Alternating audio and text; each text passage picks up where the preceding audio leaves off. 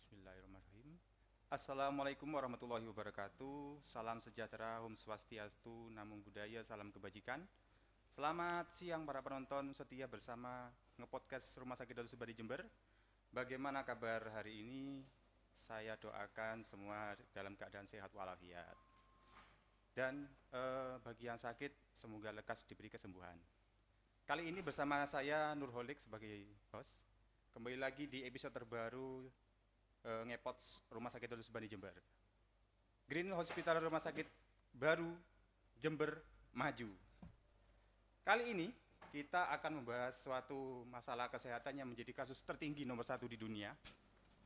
Bukan di Indonesia saja, di dunia, yakni penyakit jantung. Untuk penyakit jantung sendiri, ada organ jantung sendiri yang bekerja tanpa henti selama kita masih hidup. Jika jantung itu berhenti, maka berakhir juga kita akan hidup. Masalah jantung yang banyak terjadi adalah gangguan di pembuluh darah jantung, yang disebut adalah pembuluh darah koroner arteri. Di mana koroner ini adalah salah satu wadah atau tempat jalan darah untuk mengalir ke otot jantung, di mana otot ini selalu bekerja 24 jam tanpa henti untuk memompa darah ke seluruh tubuh. Kesimpulannya adalah pembuluh darah ini adalah jalan memberikan tenaga buat otot itu untuk beraktivitas.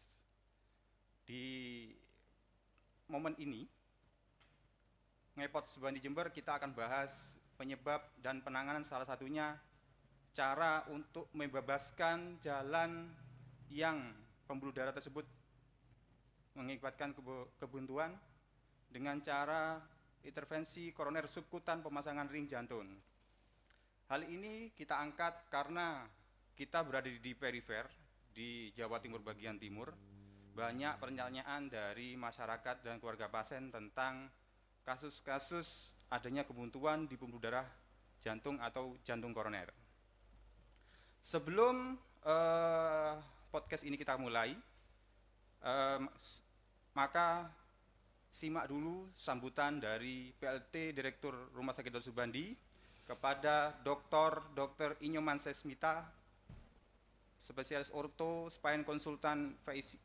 Dipersilahkan.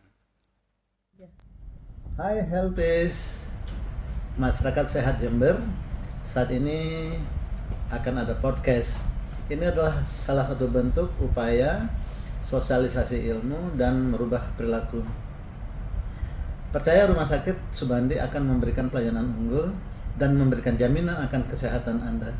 Silakan berobat ke Rumah Sakit Subandi, termasuk masalah jantung. Kesembuhan menanti Anda. Terima kasih. Wassalamualaikum warahmatullahi wabarakatuh. Baik, terima kasih banyak atas sambutannya Dr. Nyoman. Sambutan dari Dr. Nyoman ini pastinya memberi semangat untuk kita mendengarkan podcast Subandi Ngepots ini. Penonton sekalian, Subandi Ngepots merupakan suatu program kontribusi untuk masyarakat dari Rumah Sakit Dr. Subandi untuk memberikan informasi yang relevan, cerdas, dan mendalam dari pandangan para ahli dari Rumah Sakit Dr. Subandi terkait permasalahan kesehatan, terutama di bagian jantung untuk tema hari ini. Nah, terkait hal tersebut, kali ini kita temui seorang pembicara yang sudah melalang buana di bidang perjantungan. Dia adalah dokter spesialis jantung Rumah Sakit Dr. Subandi, yaitu Dr. Suryono, spesialis jantung konsultan VHCC. Beliau adalah salah satu konsultan intervensionis di Rumah Sakit Dr. Subandi. Selamat siang dokter, gimana kabarnya?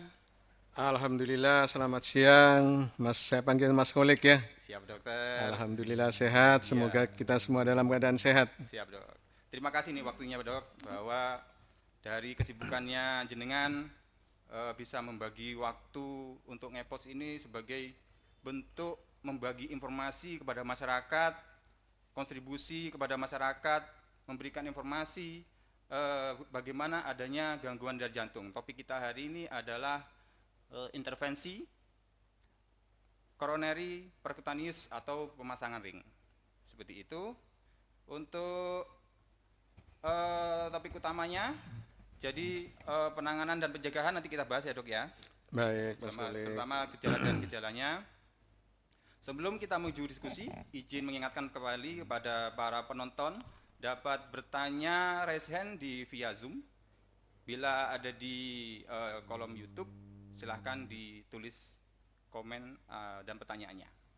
Oke, langsung saja dokter. Diskusi ini kita mulai. Monggo dokter, apakah itu yang dimaksud dengan intervensi koroner perkutan dokter? Terima kasih. Assalamualaikum warahmatullahi wabarakatuh. Waalaikumsalam. Salam sehat buat kita semua. Jadi kenapa sih kita harus memperhatikan tentang jantung kita? Kita ketahui bahwasanya penyakit jantung, khususnya penyakit jantung koroner, ini merupakan penyebab kematian utama di dunia. Jadi penyebab kematian nomor 1 di dunia. Bukan hanya di Indonesia. Karena ini merupakan satu penyakit yang merupakan penyebab kematian nomor 1, maka kita harus betul-betul aware, kita betul-betul care dengan penyakit jantung ini. Karena kadang-kadang masyarakat kurang paham. Ya, dianggapnya begitu kena serangan jantung itu masuk angin, padahal ini adalah serangan jantung. Oh iya. Nah, ini salah satu penyebab keterlambatan kita di dalam menangani pasien-pasien khususnya yang mengalami serangan jantung Kurangnya koroner. informasi ya untuk Ya, masyarakat. kurangnya informasi, kurangnya pemahaman, sehingga ini yang penting. Iya. Maka podcast pada siang hari ini kita memberikan penyegaran kembali Mas Kulik kepada masyarakat kita, khususnya di wilayah Jawa Timur, bagian timur ini, Jember, ya, yang masih belum banyak mengenal tentang penyakit jantung koroner, apalagi serangan jantung koroner ini. Iya. Lalu Faktor apa resikonya kira-kira dok untuk pasien-pasien seperti ini? jadi orang terkena penyakit jantung koroner ini ada beberapa faktor risiko ya. Faktor risiko yang bisa dikendalikan, faktor risiko yang tidak bisa dikendalikan. Faktor risiko yang tidak bisa dikendalikan ya misalnya usia, itu ya kita tidak bisa mengendalikan. Oh iya. Tetapi faktor risiko lain yang juga merupakan faktor risiko mayor seperti hipertensi, diabetes, kencing manis, merokok, itu artinya bisa kita cegah, bisa kita obati. Nah, ini merupakan satu faktor risiko yang memudahkan pasien-pasien itu mengalami penyumbatan pada pembuluh darah koronernya, bahkan bisa mengalami serangan. Begitu Mas Korik. Mohon maaf dokter, untuk usia saat ini, kalau dari teori itu resiko untuk terjangkit penyakit ini usia berapa dok? Ya memang ini terjadi suatu pergeseran mungkin karena perubahan pola ya, pola lalu kultur budaya, mungkin juga masalah gen ya. Nah, Gen Jawa. bukan maksudnya gini, kalau sekarang kalau ada gen X ya, gen alpha, lah ini terjadi pergeseran bagaimana dia cara hidup, pola makan dan sebagainya. Yang dulu penyakit jantung koroner, angin duduk kalau masyarakat kita menyebut, itu usia-usia 50, 60 baru terkena. Lah sekarang, kemarin itu saya melakukan intervensi koroner perkutan pada pasien saya usia 24 tahun. 24 tahun? Masih mahasiswa. Waduh, masih muda ya? Masih muda sekali. Mungkin lebih muda daripada Mas Kolik. Ya, saya sudah 40 dok. Nah, ini kan berarti ada pergeseran Mas Kolik. Oh iya. Ada pergeseran ya. Iya. Untuk kaula muda ini faktor apa yang bisa sampai terkena dok? Selain dari dok, kehidupannya apa gimana dok? Ya, terutama faktor-faktor yang bisa dikendalikan seperti kalau usia muda kan biasanya hipertensi belum muncul, diabetes juga belum muncul. Tetapi yang sering sekarang ya, yang banyak terjadi pada kaula muda adalah merokok misalnya. Oh, rokok. Nah, ini kan faktor resiko gitu, artinya bisa kita kendalikan supaya tidak mudah terkena penyakit jantung koroner. Ini ya. Ya. Sebenarnya tanda dan gejala apa untuk pasien jantung koroner itu dok yang paling terasa biar masyarakat tahu saya ada gejala seperti ini, saya harus bagaimana dan apa yang tandanya dari beliau dok? Ya, tanda dan gejalanya ini tergantung dari settingnya ya. Jadi penyakit jantung koroner ini kita bagi menjadi dua spektrum. Satu, penyakit jantung koroner yang kronis atau chronic stable angina. Yang kedua adalah sindroma koroner akut, SKA. Nah, keduanya sih dari kedua spektrum ini disebabkan karena adanya penyempitan memang pada pembuluh darah koronernya. Nah, timbulnya gejala ini biasanya adalah nyeri dada. Ya, 60% itu spesifik, sisanya tidak spesifik. Bahkan ada saya punya pasien itu ya wanita usia sudah 70 tahun, dia enggak nyeri dada. Oh, nggak ada keluhan Enggak ada dari keluhan nyeri dada, tahu-tahu lemes, diem saja gitu. Setelah dilakukan rekaman jantung, pemeriksaan darah, positif dia kena serangan jantung.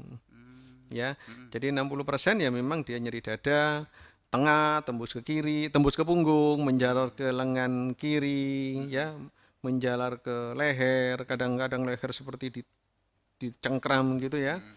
Bahkan bisa disertai dengan keringat dingin, mual, muntah, sesak, dan sebagainya.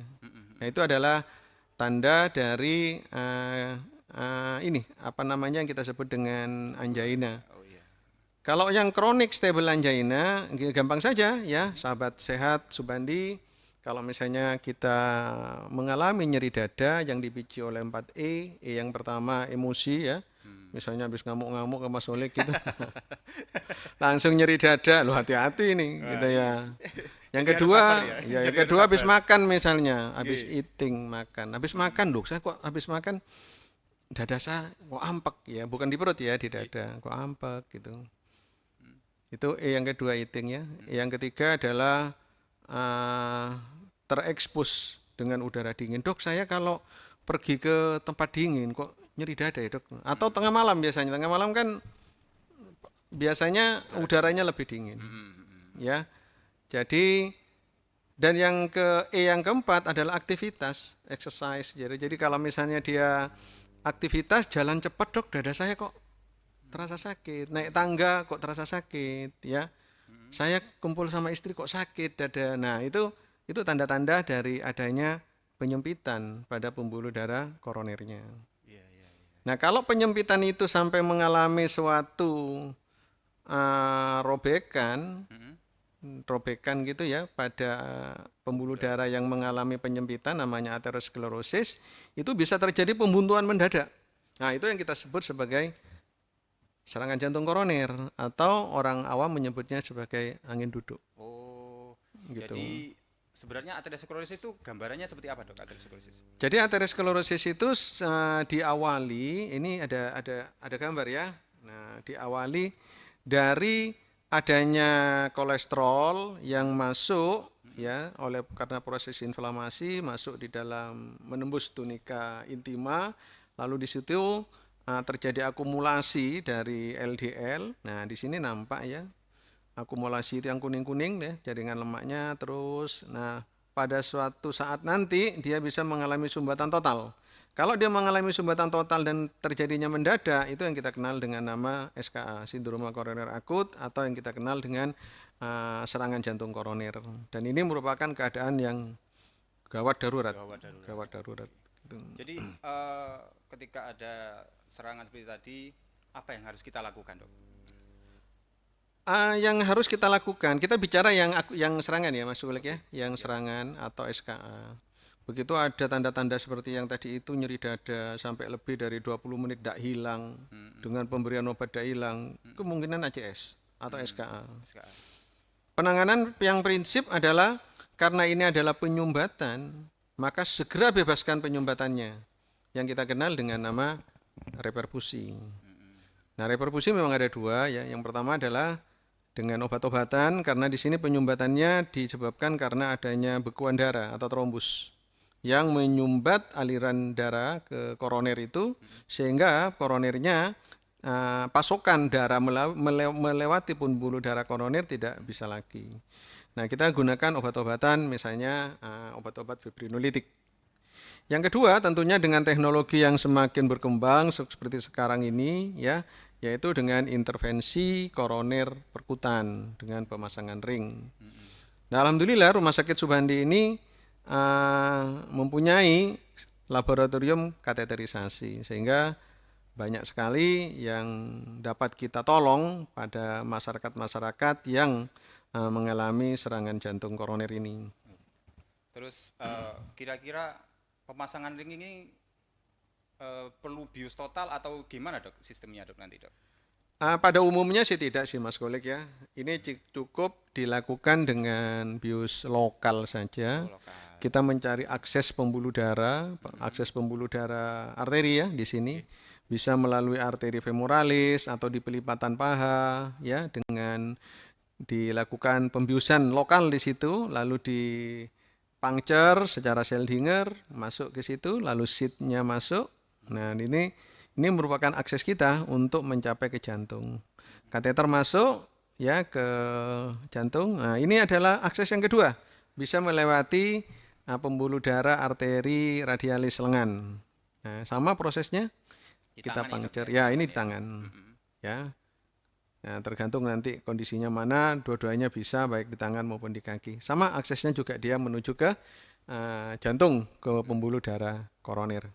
Jadi pasien ini kondisinya sadar ya dok? Iya, sadar. Pasiennya sadar, baik yang ACS maupun yang elektif ya, yang kronis tadi, ini pasiennya sadar. Lalu kita bikin kontras itu. Nah setelah bikin kontras, nah baru kelihatan adanya penyempitan. Oh, itu yang blokade. menyempit itu dok ya? Itu yang menyempit. Bahkan itu buntu total.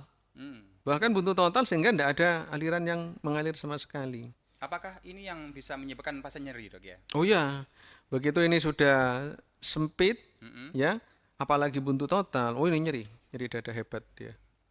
Begitu Mas Kolik ya. Oke, siap. Mungkin video selanjutnya mungkin bisa bercerita apa? Nah ya ini kalau misalnya ada orang dengan penyakit ada tanda-tanda atau ada orang dengan penyakit jantung koroner karena adanya penyempitan aterosklerosis pada pembuluh darah koronernya. Nah yang pertama melalui akses tadi itu baik melalui lipatan paha maupun lengan, kita masukkan dulu kateter, lalu kita yang ini ya, masukkan wire ya, sampai di situ. Di tempat adanya aterosklerosis itu kita tiup dulu dengan balon. Nah ini kita tiup dengan balon agar nanti penempatan stand-nya itu lebih mudah. Kalau sempit sekali langsung stand dia tidak bisa masuk. Maka ditiup ya. Nah, setelah lebar baru nanti balon tadi itu dikeluarkan. Nah selanjutnya ini stand. Ini balon ya, coba yang stand-nya. Jadi tidak usah khawatir, saya pernah ditanya loh dok, ini ring dok ya. Berarti kan bahaya dok, ini kayak ring nih dipikir tuh. Dipikir ring genteng itu, bukan. Ini suatu anyaman dari material yang sangat halus sekali ya. Mungkin lebih kecil ya anyamannya dari rambut kita, dianyam seperti itu. Pertama dia masih tertutup, setelah ditempatkan di tempat yang mengalami penyempitan di situ, lalu dia ditiup, mengembang. Setelah mengembang, balon untuk meniup dikeluarkan, terus wire tadi itu untuk penghantarnya, itu dikeluarkan semua, maka dengan demikian aliran darah itu mengalir kembali. Maaf dokter, ini sekilas dari gambar ya. Kalau kita kembangkan balon udaranya dan stand-nya mengembang gitu, kira-kira kemungkinan lepas nggak dok? Sebenarnya tidak ada. Kalau misalnya balon itu, kalau ring itu ditempatkan pada tempat ya yang betul di situ, lalu kita kembangkan dengan optimal, mengembangkannya di situ, dia akan nempel ke dalam dinding pembuluh darah koronernya. Itu belum ada laporan dia lepas gitu loh. Kecuali kalau misalnya dia lepas belum ditiup, nah itu bisa ke distal nanti, dan itu jarang sekali sih, kita enggak akan meniup ringan-ringan terus dilepas, enggak mungkin. Jadi kita betul-betul presisi di situ, lalu kita tiup ya secara optimal di situ sampai dia mengembang sempurna dan menempel pada pembuluh darah koronernya. Setelah itu baru dilepas. Gitu. Oke. Kira-kira dengan membawa ring kemana-mana ini risiko terkena petir nggak dok? Karena petir kan mencari logam-logam ya. Itu gimana dok? Isu di Ya, masyarakat saya dengar seperti itu sih. iya sih ada beberapa pasien itu, pasien saya begitu ada indikasi untuk dilakukan angiografi koroner dan dilanjutkan pemasangan stent dari pasien-pasien tuh ada yang menolak. Nah, ini tugas kita untuk memberikan edukasi, penjelasan ya supaya pasien itu tidak takut ya. Nah, sebenarnya tidak ada hubungannya ini dengan Petir. kena petir. Nah, lalu kalau pegang HP nanti HP-nya bunyi, ini juga ikut bergetar, enggak. Jadi tidak ada hubungannya ya. Jadi aman, aman. Jadi aman ya dok dari petir ya. Aman, enggak apa. Ya tapi kalau misal walaupun enggak pasang ring ya kalau hujan ya jangan di tengah sawah Mas Kolik, ini kena petir nanti. Di tengah sawah dok ngapain itu? Ini gambar selanjutnya adalah Ya, ini pendek-pendek apa dok ya. namanya jadi ini yang ceritanya adalah orang kena serangan jantung atau angin duduk di mana ada suatu rupture plak, artinya plak aterosklerosis itu mengalami robekan sehingga terjadilah penumpukan atau agregasi trombosit di situ sehingga terbentuk trombus. Trombus inilah yang menyumbat aliran pembuluh darah koroner itu. Nah, kalau trombusnya ini banyak, kadang-kadang kita memerlukan penyedotan trombus. Jadi ada alat ya dimasukkan ya seperti gambar ini melalui kateter, lalu dilakukan aspirasi trombus, ya itu bukan darahnya ya. Iya. Nah kita tarik masuk ke dalam kateter kita, terus spetnya tadi ya. Nah setelah itu, nah setelah trombusnya tidak ada, baru kita lakukan pemasangan ring, gitu. Tapi kadang-kadang di praktek sehari-hari saya ya, karena di daerah kalau trombusnya itu tidak banyak gitu, langsung saya pasang stand di situ.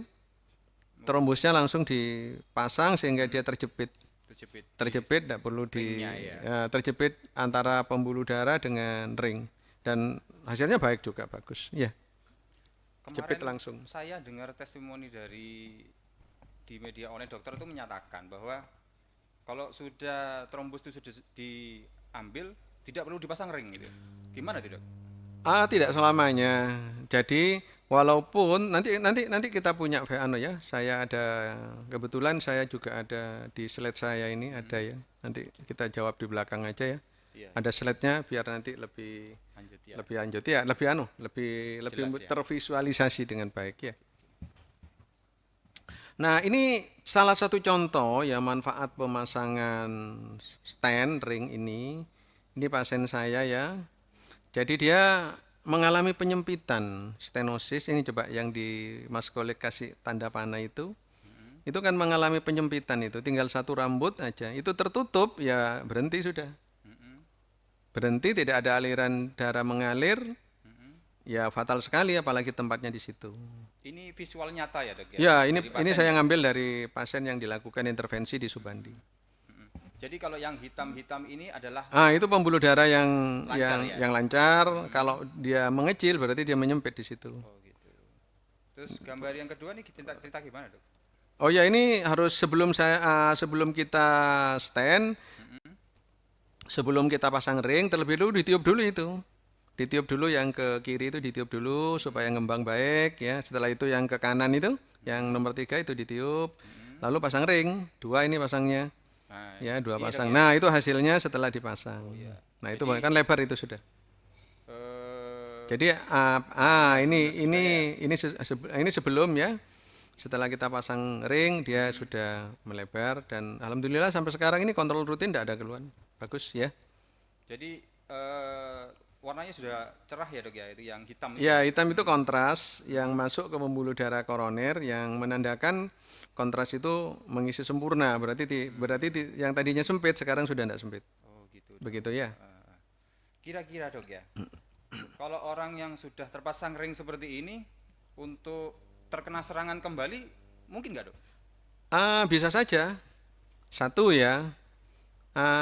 Bisa saja stenosis penyempitan ini akan terjadi lagi. Satu di tempat yang lain. Di tempat yang lain. Yang tempat yang lain yang bukan tempat kita stand. Yang kedua, bahkan di tempat yang kita pasang ring itu bisa terjadi penyumbatan. Misalnya pada Bersumbat orang kembali ya, Dok ya? Bersumbat bisa, kembali. bisa, namanya restenosis. Ya, nah ini pentingnya kontrol rutin. Jadi banyak pasien itu begitu sudah nyeri, begitu sudah di stent, sudah enak, sudah bisa goes lagi, mungkin temannya Mas Kolek ini, sudah bisa goes lagi, merasa sehat, dia lupa. Darah tingginya tidak dikontrol, kencing manisnya juga tidak berobat, tidak minum obat pengencer darah dan sebagainya. Nah itu risiko-risiko terjadinya suatu penyempitan ulang. Jadi kalau sudah di stent, di ring itu bukan berarti sudah segalanya selesai, tidak ya, tetap harus minum obat. Terus apakah seumur hidup untuk obat pengecer darah itu, Dok? Setidaknya ya untuk double antiplatelet ya setidaknya rekomendasinya itu setahun. Oh, 1 tahun. Tapi kalau misalnya ada resiko besar untuk terjadinya trombus itu bisa diperpanjang tidak 1 tahun. Double antiplatelet. Nanti kadang-kadang settingnya berbeda ya. Kadang-kadang di lapangan aduh saya punya pasien yang 6 bulan itu sudah intoleran dia dengan 2 antiplatelet. Jadi dapat setelah 6 bulan nyeri lambungnya, sehingga saya harus mengurangi salah satu itu. Obat itu ya. Ya obat penggencernya itu. Jadi untuk mencegah biar tidak terbuntu lagi di pembuluh darah tadi, kita harus tahu faktor risiko kita apa. Kalau misalnya kita punya sakit darah tinggi, kita tekan darah tingginya biar tidak tinggi lagi. Ya betul. Kalau Ya misalnya betul punya Mas Felix. kencing manis tinggi, kita tekan lagi biar tidak terlalu tinggi ya. Ya darahnya. betul. Nah ini kadang-kadang yang disalah tafsirkan Mas Kolik dari pasien. Ojo pasang ring, soalnya pasang ring kudu ngombe obat terus loh. Ndak pasang ring pun juga harus minum obat. Bedanya apa? Kalau sudah pasang ring ya lebar pembuluh darahnya, sehat dia gitu. Jadi Jadi, kalau dari segi aktivitas sebelum tidak dipasang ring sama dipasang ring ada perbedaan nggak, Dok? Insya Allah berbeda. Insya Allah berbeda. Misalnya yang sebelumnya naik sepeda sedikit ya, sedapat lewat 100 meter sudah nyeri, ini insya Allah sudah tidak. Mungkin nanti bisa dievaluasi lewat apa supaya terdeteksi dengan betul, misalnya dengan treadmill. Itu kelihatan nanti.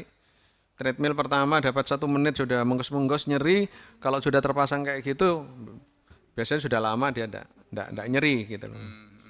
Jadi obat tetap kontrol, nanti lihat kondisi, nanti kontrol dokter itu penting berarti ya. Oh ya penting, betul Mas Kulik. Nah ini, Dok. Oh ini contoh yang tadi, contoh lain dari yang tadi. Yang atas itu penyempitan itu. Yang atas penyempitan, yang gerak itu ada penyempitan. Ini LAD dari atas itu ya. Sehingga penyempit sebelum di stand, penyempitannya itu di balon dulu. Itu yang gambar. Ya itu Mbak, itu stand itu. Yang itu balon-balon. Terus setelah di stand, setelah di ring, nah, coba yang, nah itu sudah lancar ya. Bandingkan antara yang atas dengan yang kanan bawah itu alirannya kan beda itu. Lebih Ya. jelas ya, Dok. Nah, Ya ini lebih jelas. kelihatan jelas ya, Ya. bahwa dengan perbedaan 2 gambar gini bisa menjelaskan bahwa setelah dipasang ring aliran darah lancar ya, Dok. Lancar ya. Akhirnya otot jantung itu mendapat suplai makanan dari darah tersebut. Ya seperti sedia kala dia kalau dia sudah lebar. Nah, hal itulah yang bisa pasien itu bisa aktivitas. Bisa aktivitas kembali. Nah, kalau nggak dipasang, akhirnya jantungnya kelelahan dan timbulnya sesak, tambah nyeri lagi. Kalau ya. tidak dipasang, satu dia nyeri terus. Oke. Yang kedua, otot jantungnya mengalami iskemia yang berkepanjangan, nanti dia menjadi dilatasi. Oh, pembesar. Ya katanya orang-orang itu jantungnya bengkak itu. Oh, jantung bengkak. Ya kalau jantung bengkak itu. Tapi kalau misalnya stenosis tadi itu langsung buntu total 100%, apalagi pada pangkalnya kan bisa meninggal mendadak itu kalau tidak dipasang. Siap, siap.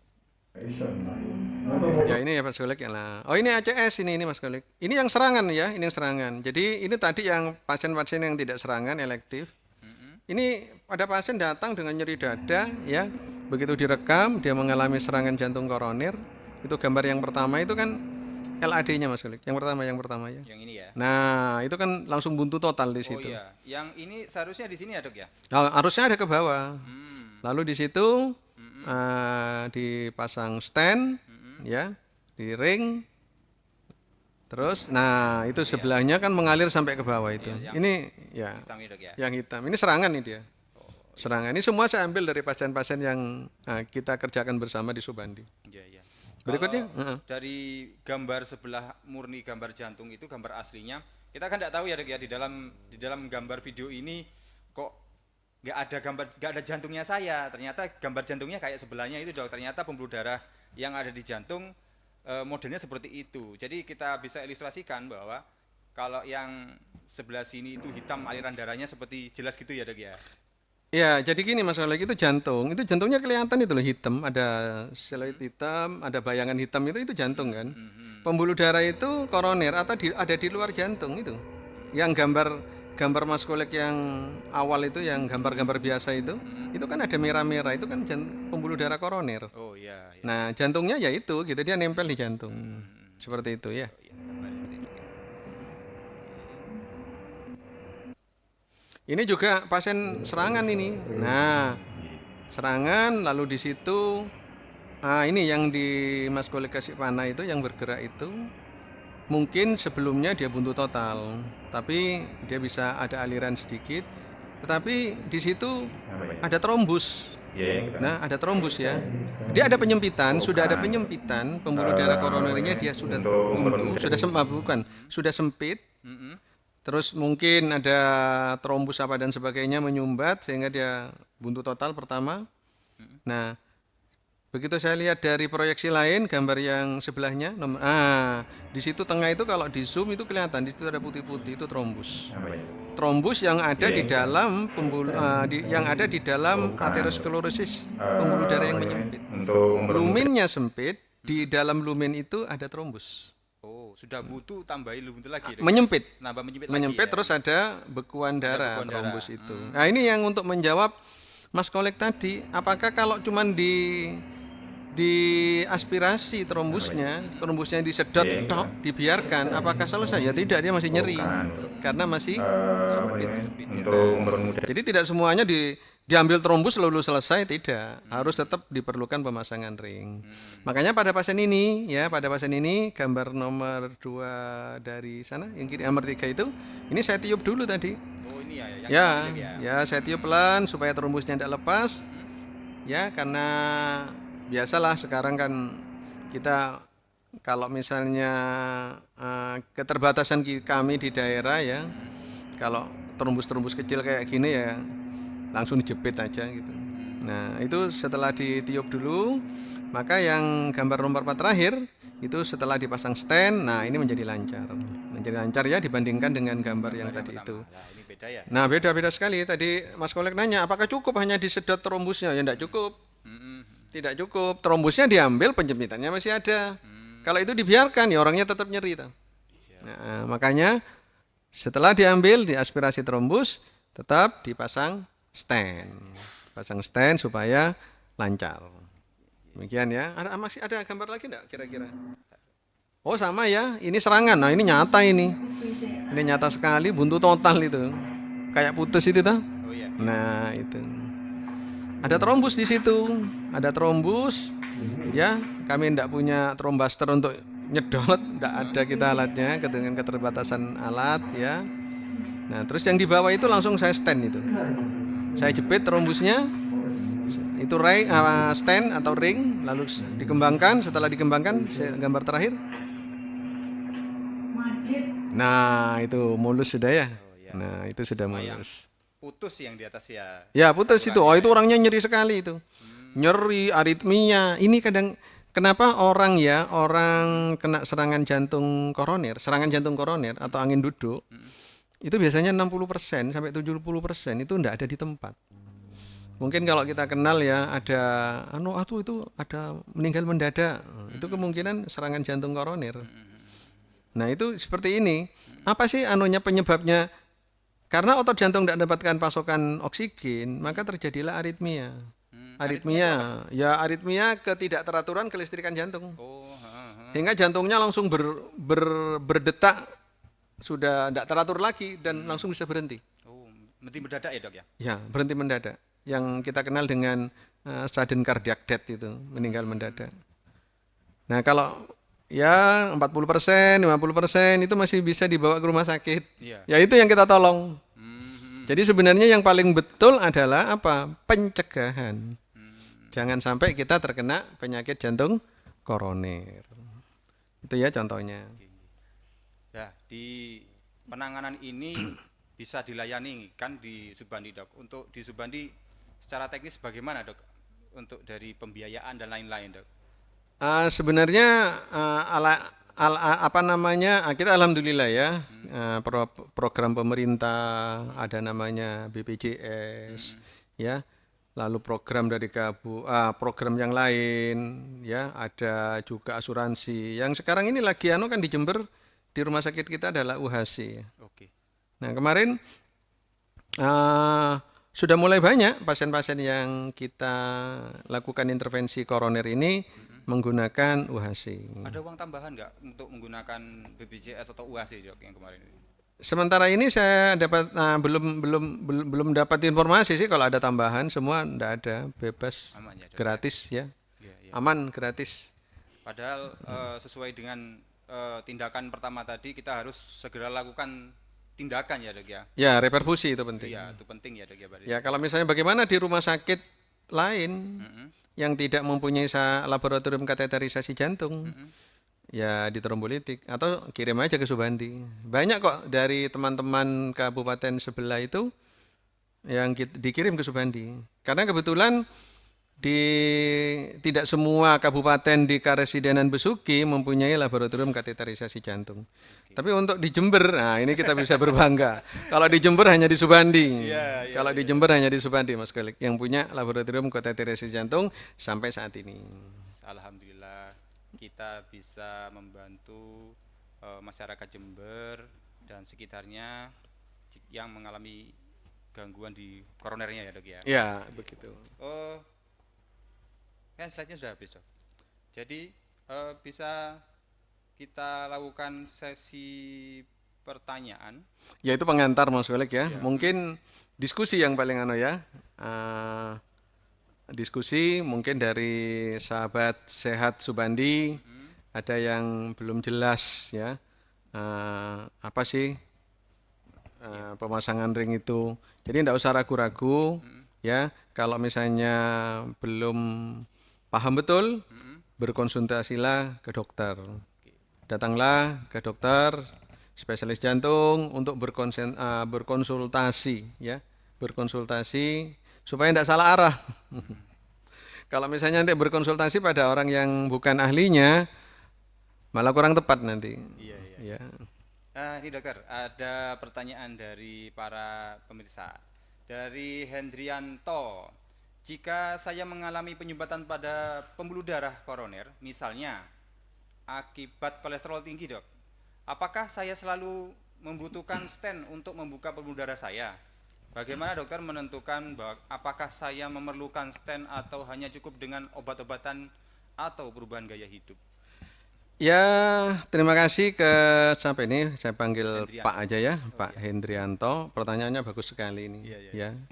Jadi kalau misalnya menderita kolesterol, apakah saya pasti jantung koroner? Ya belum tentu. Screening yang pertama Pak Hendri, lakukanlah rekaman jantung. Rekaman jantung namanya ECG ya. Tetapi ECG itu hanya pintu masuk. Kadang-kadang ada banyak sekali pasien yang ECG-nya normal, rekaman jantungnya normal, yang di itu Mas Kulik, yang di kabel-kabel di dadanya itu. Banyak yang normal, tetapi begitu saya waduh, penyumbatannya di mana-mana. Dengan gejala yang khas ya dok ya? Ya, gejala yang khas. Jadi yang kedua, kadang-kadang dari ECG saja Pak Hendri sudah kelihatan ada tanda-tanda iskemia. Iskemia itu berarti tanda-tanda penyempitan. Kalau tidak, ECG-nya normal, kok setiap aktivitas kok enggak enak dia. Ada 4E tadi itu ya. Perlu di treadmill. Karena di treadmill itu tujuannya supaya jantung itu terpacu. Nah, kalau jantungnya terpacu, maka kebutuhan oksigen jantung meningkat. Kalau ada penyempitan, nah pasokan dari darah melalui aliran yang sempit itu tidak cukup untuk kebutuhan otot jantung, maka dia nyeri, sehingga perlu di treadmill. Nah, setelah itu treadmill menyatakan, ini ada mendukung, ada tanda-tanda iskemia, ada tanda-tanda penyempitan Pak Hendri, maka dilakukanlah langsung ke kateterisasi. Nanti dari kateterisasi itu kelihatan betul dibutuhkan ring atau tidak. Jadi kalau penyempitannya itu kita sekarang pakai benarnya ada alat Mas Kolik namanya FFR ya. Berapapun penyempitannya kalau FFR-nya itu mengatakan sempit, ya sudah pasang. Tetapi kalau yang tidak mempunyai alat itu, kita hanya dengan mata telanjang, ya biasanya kalau penyempitannya lebih dari 70% kita pasang ring Pak Hendrianto. Tapi kalau penyempitannya cuma 30%, 40%, itu cukup dengan kendalikan gaya hidup. Pertahankan yang 30%, jangan menjadi 70%. Ya, gaya gitu. hidupnya ya dok ya. Ya, faktor risiko ditekan, gitu. Ya, demikian Pak Hendrianto ya, semoga bisa memuaskan. Baik dokter, wah ini antusias sekali para pemirsa ini. Ini ada Agustri. Apakah pemasangan stand aman dan apa risikonya dok? Jadi apakah pemasangan stand aman? Ya aman ini kan melalui suatu trial ya di dunia bukan hanya di Jember. Tentang perifer ya dok? Ya, dulu stand ini hanya di luar negeri. Lama-kelamaan ya cuma di Jakarta, di Surabaya, kota besar. Ya dengan perkembangan zaman ya, teknologi, akhirnya sampai Jember pun ada untuk pemasangan stand. Alhamdulillah. Jadi apakah aman? Aman. Kita mengerjakan dengan suatu prosedur yang sudah ditentukan. Apa sih resiko-resiko dari pemasangan stand? Ya risiko yang pertama ya kalau tersumbat kembali. Misalnya tidak minum obat, terus gaya hidupnya tidak dikontrol, ya bisa tersumbat kembali. Yang mengalami yang kita sebut dengan restenosis. Bahkan saya pernah ada pasien setelah pulang tidak minum obat. Wah, ini. Obatnya dari minum. Wah, ini. Ya, Nggak bisa minum obat ya, enggak? Nggak tahu kenapa, katanya jangan banyak minum obat untuk ginjalnya kena. Yang terjadi apa? Trombus di tempat stand itu. Resiko ya. Nah, resiko tindakan itu namanya yang mengerjakan manusia, Pak Agustri ya pasti ada lah. Tetapi dengan teknologi, jam terbang, prosedur, alat-alat yang canggih seperti sekarang ini, maka risiko-risiko tindakan itu diperkecil, diminimalisir sekali ya. Dan kita semua berharap tidak ada risiko-risiko. Walaupun ada risiko ya kita tangani ketika mengalami risiko itu. Nah, apa yang tidak risiko, makan aja berisiko ya, tersedak. Jadi tidak usah khawatir. Insya Allah aman karena ini perjalanan panjang dari ditemukannya intervensi sampai ke sekarang ya. Beruntung Jember ini sudah teknologinya sudah berkembang maju, Jember baru ada. Nah, bagaimana yang pertama-tama di luar negeri? Wah, itu tentunya resiko komplikasinya lebih besar. Ini pertanyaan kedua dari Agustri, dokter. Seberapa aman pemasangan stand dan apakah ada resiko besar terkait prosedur ini? Seperti serangan jantung atau stroke selama atau setelah prosedur, dok? Ya, apakah bisa terkena serangan jantung ketika prosedur? Ya, bisa saja kalau misalnya ketika kita meniup karena ada penyempitan. Kalau ini keras sekali, ya kita tiup sampai terjadi robekan. Nah itu kadang-kadang bisa terjadi penyumbatan saat itu. Tapi kan langsung kita atasi. Walaupun itu sekarang angkanya lebih kecil. Apakah bisa terjadi stroke? Ya ada, tapi walaupun itu kecil gitu loh. Misalnya adanya bekuan darah, trombus yang tadinya ada di lumen pembuluh darah, ketarik keluar lalu keluar dari koroner terus lari ke otak, ya bisa saja terjadi suatu stroke. Ada juga saya punya pengalaman ya, dia itu alergi kontras. Wah, alergi kontras gimana? Ya, kontras itu kan kalau tidak dipakai kontras kan tidak kelihatan. Alergi kontras dia. Sama langsung seperti orang kena stroke. Ya kita tangani. Jadi kita beruntung, kita mengadakan suatu tindakan, kita banyak belajar dari komplikasi orang. Nah, komplikasi orang di luar negeri di mana terjadi begini, kita sudah tahu. Nek terjadi gini, maka nanti obatnya gini. Nah, kalau bayangkan yang pertama kali ngalami gitu loh. Bingung ya? Ya tambah bingung dia. Gitu. Alhamdulillah kalau kita kan sudah banyak belajar dari komplikasi orang gitu, di luar negeri misalnya ya. Jadi sudah tahu penanganannya Ya. Jadi saya tidak bilang aman 100%, ini kerjaan manusia. Kalau kerjaannya malaikat gitu ya mungkin 100% ya. Ya. Pasti ada lah. Tapi kalau malaikat yang datang, Dok, Wah, ya jangan. nggak bisa Ya ditolak. jangan. Oke, ini dari Agustri lagi. Pertanyaan nomor 3, apa yang perlu diketahui tentang komplikasi jangka panjang setelah pemasangan stent, Dok? Oh iya, tadi sudah saya jelaskan. Apakah bisa terjadi penyumbatan lagi? Bisa. Nah, penyumbatan lagi bisa kalau tidak minum obat seperti yang saya anukan tadi, faktor risiko tidak ditekan dengan baik. Lalu apa tandanya? Tandanya nyeri dada. Sudah dipasang stent 2 tahun yang lalu. Kok kalau saya kok ya Dok, kok itu jalan dikit kok nyeri dada saya. Gimana Pak diabetesnya? Ya sudah setahun saya tidak kontrol. Ya direkam jantungnya, atau kalau perlu nanti kita treadmill. Kalau memang mendukung adanya iskemia ya kita lakukan kateterisasi lagi.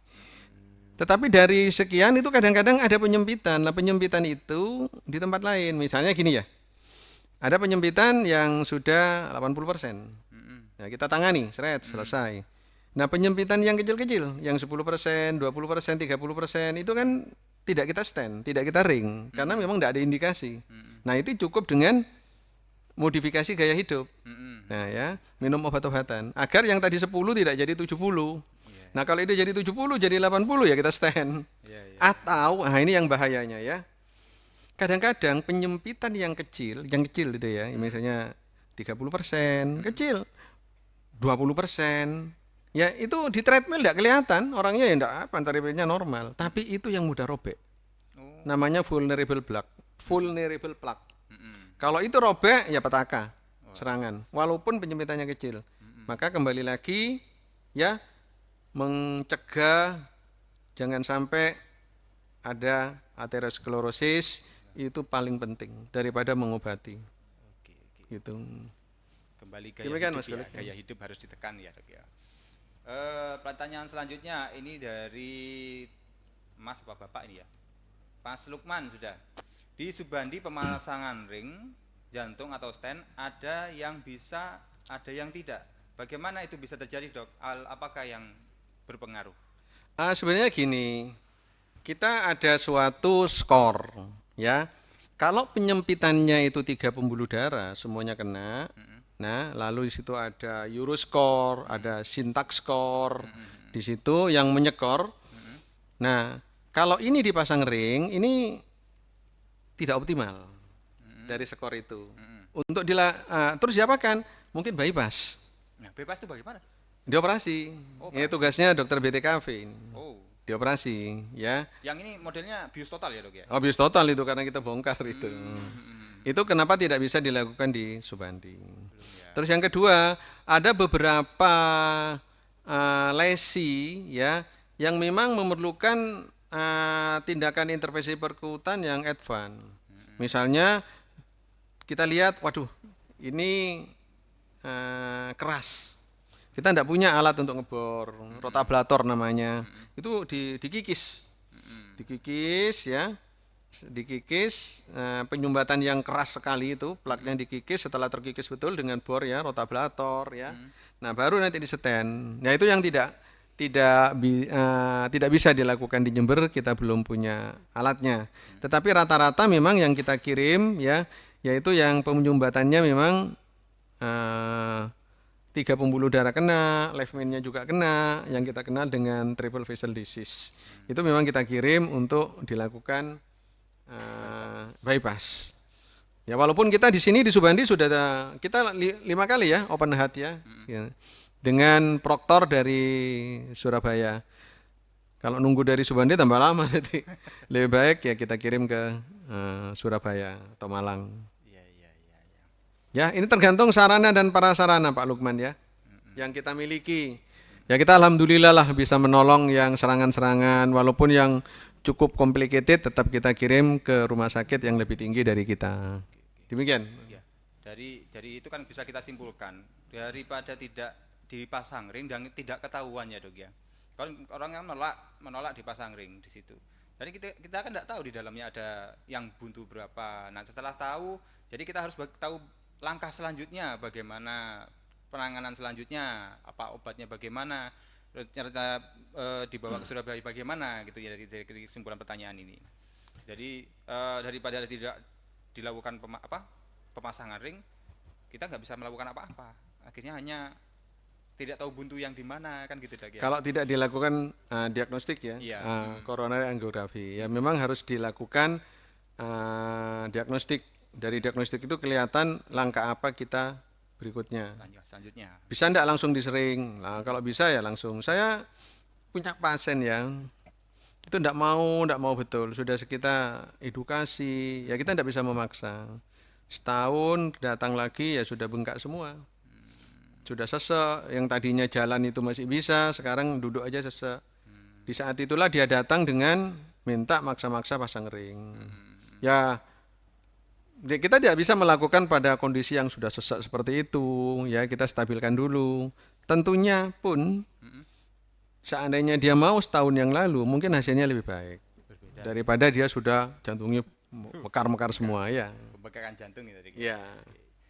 Wah ini pertanyaannya bagus-bagus dok. Ini lagi ada pertanyaan dari Nanda Mutia. Pertanyaannya, apakah pemasangan stent mempengaruhi kualitas hidup dalam jangka panjang? Setelah menjalani pemasangan stent, apakah kualitas hidup akan terpengaruh dalam hal aktivitas fisik atau kemampuan untuk berolahraga? Apakah akan memiliki batasan tertentu setelah prosedur ini dok?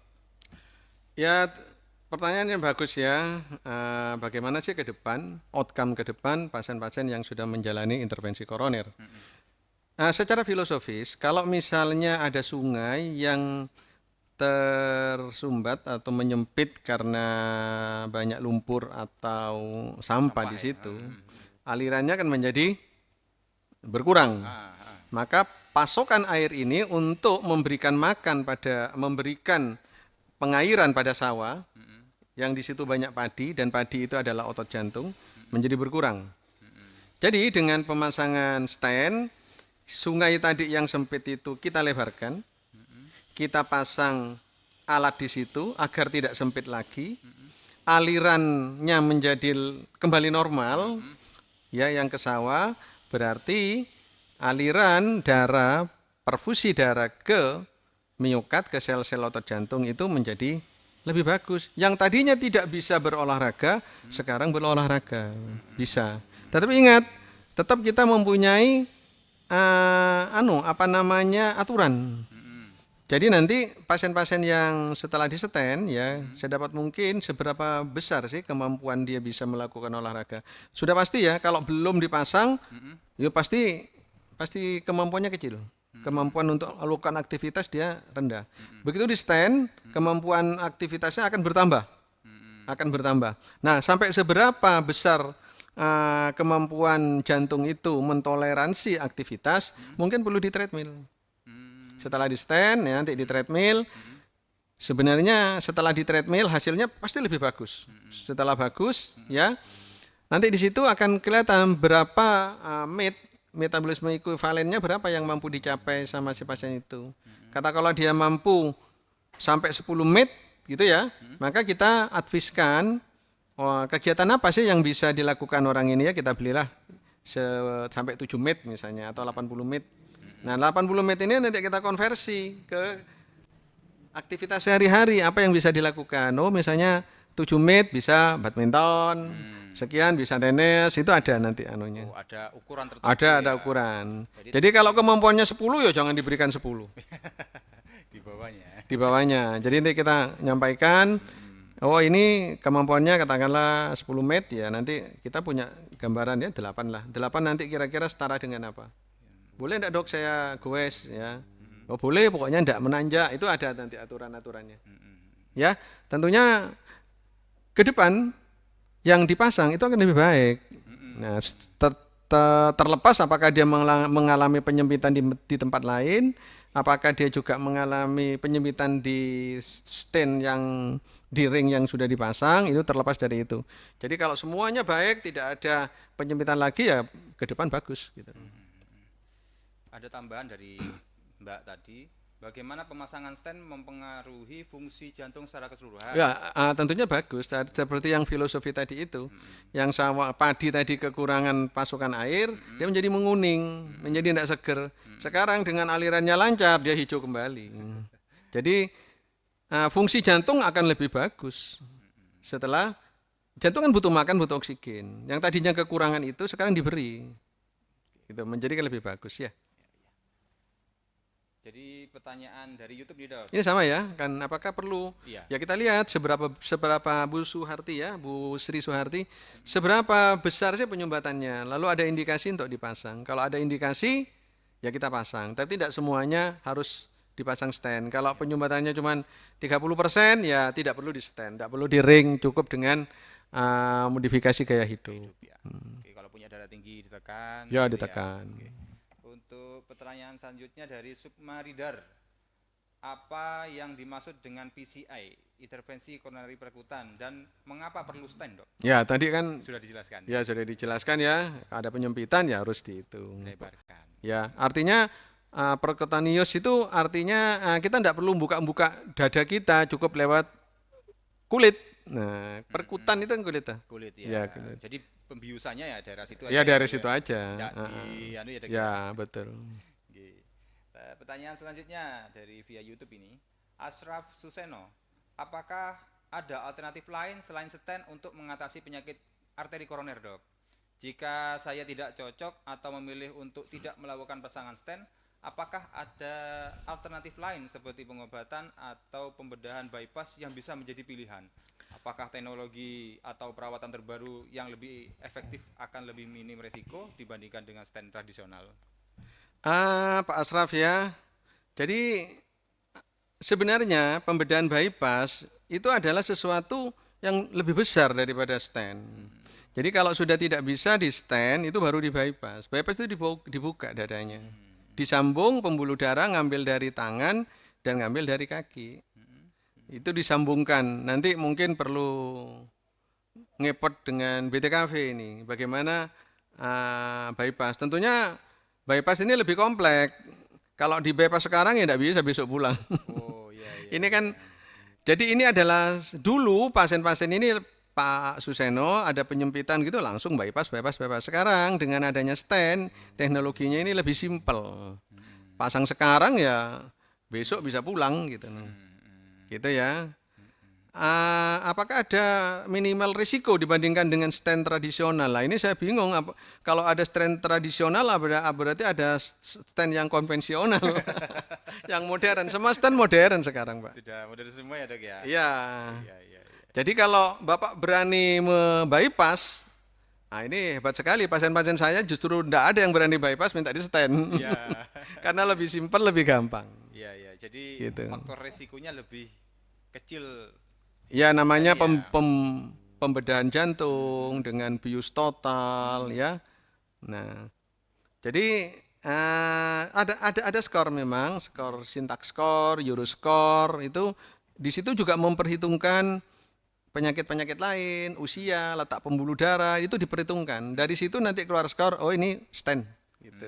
Oh ini bypass gitu. Bypass, Ya, ini kapan di stent, kapan di bypass. Seperti itu ya Mas Kolek ya.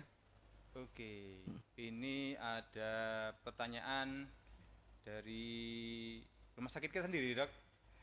Erna Rumah Sakit Subandi, pemasangan ring itu apa ada masanya Dok?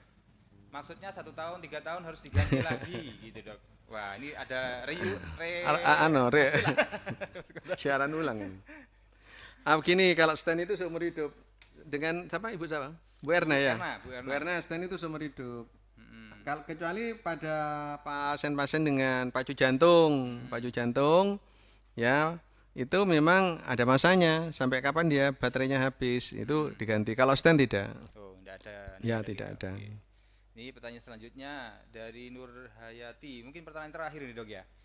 Seberapa Iya. efektif terapi angioplasti dan stenting dalam pengelolaan infak miokard non STEMI elevasi, non ST elevasi atau STEMI? Jadi begini ya, dulu satu pasien-pasien elektif ya, pasien-pasien yang chronic stable angina yang nyeri dipicu oleh 4E itu kita intervensi ya, kita pasang ring.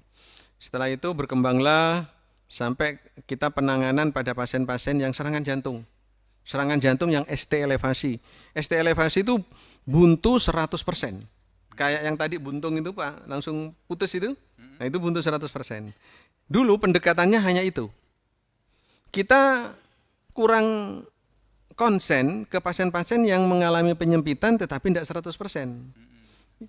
Serangan tetapi tidak 100%, yang kita kenal dengan nama non-ST elevasi myocardial infarct. Itu tidak 100%. Ada pembuntuan tetapi tidak 100%. Kalau 100% ST elevasi, STEMI. Nah, kita kurang perhatian beberapa tahun yang silam, kurang perhatian. Makanya mortalitasnya ternyata cukup tinggi. Angka kematiannya tinggi sehingga timbullah skor. Kalau yang ST elevasi itu pasti very high risk. Nah, tapi kalau NSTEMI, unstable angina, ini ada skor. Ada skor namanya, apa nanti ada skornya ya, dimasukkan skor, keluarlah di dalam skor, apakah dia very high risk, ya, atau high risk. Kalau very high risk, NSTEMI, very high risk, sangat berisiko, ya, ya nanti ada anunya, ada kriterianya, itu harus segera 2 jam, paling lama 2 jam, itu sudah harus ideal ya, ideal lah. Kalau Indonesia enggak, jarang mencapai ideal, ya. Harus sudah di-cut, harus sudah dibebaskan, harus sudah dipasang ring. Tapi kalau yang high risk, ya kita masih punya waktu lah. 24 jam, itu masih waktu yang kita ditentukan dari guideline itu. Tetap. Apakah efektif? Oh, sangat efektif sekali. Itu. Jadi sekarang kami di Subandi tidak hanya mengerjakan pasien-pasien yang STEMI. Yang non-STEMI, ya nyeri dada, troponin positif, kita skor, oh ternyata skornya high risk, kita kerjakan. Ya, oh skornya high risk, subuh-subuh, ya wis lah kok jam 8 gitu loh. NSTEMI lah ya, high risk, kan kita punya waktu 24 jam. Tapi kalau very high risk, wah dipanggil, ayo budal, gitu. Gawat segera. Gawat segera. Oke. Terus itu ada bagaimana pendekatan PCI dengan STENDES mempengaruhi manajemen pasien NSTEMI khususnya dalam timing prosedur dan strategi pengobatan yang disesuaikan dengan status klinis, Dok. Sekarang stent itu yang bar metal stent itu sudah jarang kita temui. Kalau dulu itu memang ada BMS, bar metal stent, dan DES, drug eluting stent. Tentunya generasi yang terbaru adalah DES, drug eluting stent, di mana stent yang di situ ada obatnya. Kalau yang bar metal stent, BMS itu tidak ada obatnya. Apa kelebihannya dari DES? Angka restenosisnya lebih kecil. Angka restenosisnya lebih kecil dibandingkan dengan BMS. Kalau masalah timing ya kita tetap tetap ada aturan ya, misalnya STEMI kurang dari 90 menit itu orang sudah harus diseten dari serangan. Nah, masalahnya adalah targetnya 90 menit tapi dia datang sudah 20 jam. Karena yang pertama nyeri dada, lalu sesak, ya nyeri dada keringat dingin, oh masuk angin. Pertama dikeri sih. Iya, dikerokan. Keri, lo kok gak waras, dikeroi, digedekno keroi. Iya. Kok ndak waras lagi, baru ke rumah sakit. Nah ini sudah terlambat. Jadi mungkin rekan-rekan nanti ya, ini yang perlu sosialisasi dari Rumah Sakit Subandi, mungkin perlu datang ke Posyandu untuk memberikan suatu edukasi kepada pasien, bahwasanya kepada masyarakat ya. Nek nemukan seperti ini, jangan ditunda-tunda. Datang, nggak usah mikir biaya, ada UHC. Gitu. Oke. Ya. Nah, saya ngadakan penelitian ya dengan mahasiswa saya. Apa sih penyebab keterlambatan itu, Mas Kolik? Keterlambatan. Ternyata keterlambatan dia datang ke rumah sakit itu tidak ada hubungannya dengan pembiayaan. Jadi ya enggak ada, oh ini enggak punya BPJS, ini enggak punya UHC. Enggak ada. Yang punya BPJS, punya UHC juga datang terlambat. Oh iya. Ternyata kenapa, Dok? Terus yang kedua, tidak ada hubungannya dengan jarak. Misalnya jaraknya di pegunungan datang terlambat. Tidak, 100 meter dari Subandi datangnya juga telat. Oh iya iya iya. Ya, terus tidak ada hubungannya juga dengan tingkat pendidikan. Jadi yang sarjana telat itu banyak, bukan hanya yang pendidikan dasar aja, enggak, yang sarjana datang telat itu banyak. Ternyata apa? Apa? Pengetahuan. Pengetahuan terhadap apa sih serangan jantung itu. Nah, ini tugas kita. Tugas ya lebih penting lagi teman-teman kita yang di puskesmas yang dekat sekali dengan masyarakat. Kalau kita di Subandi kan sebagian besar sudah kuratif ya. Ya, terus promotif, preventif itu kan banyak lebih dekat ke teman-teman kita di puskesmas. Ya 20% lah Subandi juga preventif dan promotif gitu loh. Nah, itu yang mungkin kita galakkan juga, jangan hanya kuratif. Ya, semoga dengan adanya podcast ini menjadi informasi tentang tanda dan gejala tadi dan tahu apa yang akan dilakukan akan terbuka. Jadi kalau enggak nyeri kerokin lagi sampai baterainya apa? Balsemnya habis baru dibawa ke rumah sakit. Ini ya ada ya. Ya, Ini menarik, ini bagus ini. terakhir, Ini yang terakhir ini ya. Apakah ada teknologi screening baru? Ada. Seperti MSCT, cardiac seperti CT itu bisa, tapi masalahnya orang tidak ada keluhan. Siapa yang datang minta, "Dok, tolong saya di CT scan." Wong ECG ya gak gelem gitu loh. Iya. Orang baik-baik aja, tolong minta di CT scan. Harus ada indikasi ya, Dok ya. Itu ya enggak ada indikasi gitu loh. Terus mari ngono ya enggak ada keluhan, tahu-tahu datang ke poli, "Dok, saya minta di MSCT." Dimarahi sama BPJS nih. Harus ada tanda dan Ada gejala. prosedurnya. Iya. Ya, lewat ECG, treadmill, naik ke MSCT, naik ke cath lab Iya. gitu. Terus itu apakah ada pengaruh penggunaan stent pada pasien penyakit arteri koroner simptomatik atau klinis, Dok? Subklinis. Yang mana Mas Felix? Yang atas, yang Apakah ada pengaruh penggunaan stent pada pasien dengan penyakit arteri koroner asimptomatis dan subklinis? Nah, kalau asimptomatis, subklinis berarti penyempitannya tidak sampai 70%. Ya, tidak perlu di stent. Tidak perlu di ring, tidak perlu di stent, cukup obat. Ya, sama gaya hidup. jangan sampai dia menjadi ada gejala gitu loh. Harus Nah, yang- karena saya sebutkan tadi ya, kita karena kita sekarang ini berpatokan pada mata telanjang ya, penyempitannya berapa sih? Ada ukurannya sih, nanti kita bisa ukur itu. Sebelum di stand bisa diukur berapa persennya penyempitannya itu ada sebelum kita stand. Tapi kalau 90% ya enggak usah harus kelihatan toh, sempit seperti yang tadi itu, buntu total kan kelihatan. Tapi kadang-kadang ada sumir-sumir, ini berapa sih? Ini 50 atau 70, ada ukurannya. Oh, ada Kita ukurannya, ukur, waduh, enggak sampai. Tapi yang lebih akurat lagi ada alat namanya FFR. Kita masukkan alat ke koronernya, tekanannya kita ukur di situ. Nah, di situ nanti keluar angka. Walaupun menurut mata telanjang itu 50%, tetapi menurut alat itu sudah terjadi iskemik pada otot jantungnya, stent. langsung ya. Kalau menurut mata telanjang 70%, 80%, tetapi begitu menurut alat itu tidak perlu, tidak ada iskemik karena dia mendapatkan dari kanan kirinya, ya jangan stent juga. Ya. Sudah ada aliran dari darah di situ ya, Dok ya. Ya artinya cukup. Cukup. Alirannya itu cukup untuk memberikan vaskularisasi pada Otot miokard otot jantungnya. Yang terakhir nih, Dok, mengingat bahwa banyak pasien dengan penyakit arteri koroner subklinis tidak menunjukkan gejala, apakah PCI dengan stenting dapat dilakukan pada kelompok ini, Dok? Dan apa keuntungannya, Dok? Ya jangan, ya tetap ya kita melalui prosedur-prosedur ya. Mengingat bahwa banyak pasien dengan penyakit jantung arteri koroner subklinis. Subklinis itu kadang-kadang ya apa ya? Mungkin menurut ini ada nyeri dada gitu loh. Ini betul apa enggak ya? ECG dulu, treadmill dulu. Kalau dari ECG treadmill memang ada tanda-tanda iskemik, ada tanda-tanda kekurangan pasokan oksigen pada otot jantungnya, baru naik ke CAT. Di CAT sendiri pun nanti dilihat lagi berapa penyempitannya. Menurut penyempitannya tidak perlu di ring ya tidak perlu di ring, gitu loh. Jadi pemasangan ring itu tidak serta-merta pokoknya koroner stent, tidak. Ada anunya, ada ketentuan-ketentuannya. Ada ketentuan-ketentuannya. Saya banyak pasien-pasien yang lakukan diagnostik coronary angiography, banyak tidak ada stent. Banyak. Pertama ECG ada, habis itu di treadmill, treadmillnya positif. Masuk ke CAT, begitu di CAT ternyata tidak signifikan, ya tidak kita stand. Ya cukup banyak juga. Tapi jangan hanya berpatokan pada ECG ya. Banyak pasien-pasien saya yang tiga-tiganya mengalami penyumbatan, itu ECG-nya normal. Nah kenapa? Berarti mesin ECG salah? Tidak, tidak salah.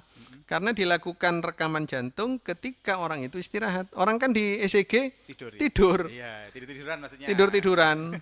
Kebutuhan oksigen jantung sedikit. Iya, betul. Jadi dengan pembuluh darah yang sudah menyempit, oksigen pasokannya sedikit, otot jantungnya masih bisa mentoleransi. Sehingga tidak menunjukkan gejala iskemik. Coba suruh treadmill atau suruh jalan baru kelihatan. Aktivitas, Baru rekam kelihatan. jantungnya baru kelihatan. Baru ya. kelihatan. Gitu. Oke. Mungkin cukup dari sesi diskusi dengan Dr. Suryono. Wah, ini sangat menarik sekali, Dok. Jadi tema ini sangat menarik, bahwa banyak pertanyaan-pertanyaan yang muncul. Kalau misalnya para audien mau periksa ke dokter Kepoli, Dr. Subandi itu bagaimana, Dok? Satu ya, karena ini sekarang kan eranya era rujukan ya. Oke. Ya tentunya nanti dari Vaskes ya, berjenjang kan dari Vaskes tingkat 1, mungkin langsung bisa ke Subandi atau mungkin ke rumah sakit C dulu, lalu C ke sini, saya tidak tahu prosedur yang berlaku sekarang. Tapi banyak pasien-pasien kita di Poli itu dari puskesmas itu Vaskes tingkat 1 juga banyak yang langsung ke Subandi, dikirim ke Subandi. Ya pakai rujukan. Tapi bagaimana kalau pasien asuransi? Nah, pasien asuransi ya mengikuti aturan yang berlaku di asuransi itu. Kalau pasien umum ya monggo. Tidak ada ketentuan-ketentuan kalau umum. Yang penting datang pada jam kerja. Ya, dokter suruh sesuai jam kerja ya, Dok ya. Itu yang elektif, tapi kalau ada serangan ya tidak pengenal jam. Lah itu jangan tunggu dokter suruh segera itu dibawa. Iya. Oke, sebagai closing statement, Dok, mungkin ada pesan-pesan penutup ada para pendengar nge-podcast pada hari ini, Dok. Pesannya adalah kita kembalikan pada filosofi mencegah. Itu pasti lebih baik daripada mengobati. Cegah, pelihara, jantung, sobat sehat Subandi, jangan sampai terkena penyakit jantung. Amin. Ya, Siap. jadi ya, kalau itu nanti Anda tidak akan pernah berhubungan dengan saya. Nggak ketemu dokter Sur ya. Oke, jadi ketemu dokter Sur ini kondisi sehat ya, Dok ya. Ya, tapi bukan berarti nanti seperti gini ya Mas Kolik ya. Guyonannya gini ta. Tidak semua orang ketempel ban itu pasti bannya meletus. Bisa saja tambah angin. Iya. Jadi ketemu saya ya tidak harus sakit jantung lah. Iya. Ya mungkin Anda tadi deg-degan ya karena takut ujian deg-degan. Nah, Anda ke saya ya itu sama seperti Berdebar karena ya, masalah itu, Dok. datang ke tempel ban tetapi bukan karena bannya gembos tapi mau ya, tambah angin ini gitu. tambah angin aja gitu. Wah, ini luar biasa sekali diskusi kita kesempatan kali ini, Dok. Mungkin dari ini banyak ilmu yang sudah dibagi ke para penonton sekalian, dan tidak perlu lagi ragu ya ke rumah sakit Dr. Subandi. Terdapat gejala-gejala yang kayak tadi, kalau sekiranya ada segera diperiksakan, jangan ditunda, jangan dikerok nunggu balsemnya habis baru dibawa. Nah, balsemnya baru lagi, wah itu bisa 3 hari kerokan terus gitu. Karena penanganan segera itu menghindarkan komplikasi-komplikasi yang bisa menyebabkan jantung itu sendiri yang kurang efektif untuk kerja. Sekali lagi banyak terima kasih untuk Dr. Suryono yang telah meluangkan waktunya untuk membagikan informasi bagi semua penonton podcast ini, dan semoga selalu diberi kesehatan gitu. Amin. Baiklah para pendengar ngepot sekalian, berakhir sudah podcast hari ini terkait intervensi koroner perkutan, pemasangan ring atau stand bersama Dr. Suryono SBJP konsultan VHSC. Terima kasih sudah menyaksikan podcast ini hingga akhir. Semoga bermanfaat dan dapat menambah wawasan bagi kita semua. Saya Holik, mohon izin undur diri. Sampai jumpa di episode ngepodcast lainnya. Green Hospital Subandi Baru, Jember Maju. Assalamualaikum warahmatullahi wabarakatuh. Waalaikumsalam warahmatullahi wabarakatuh.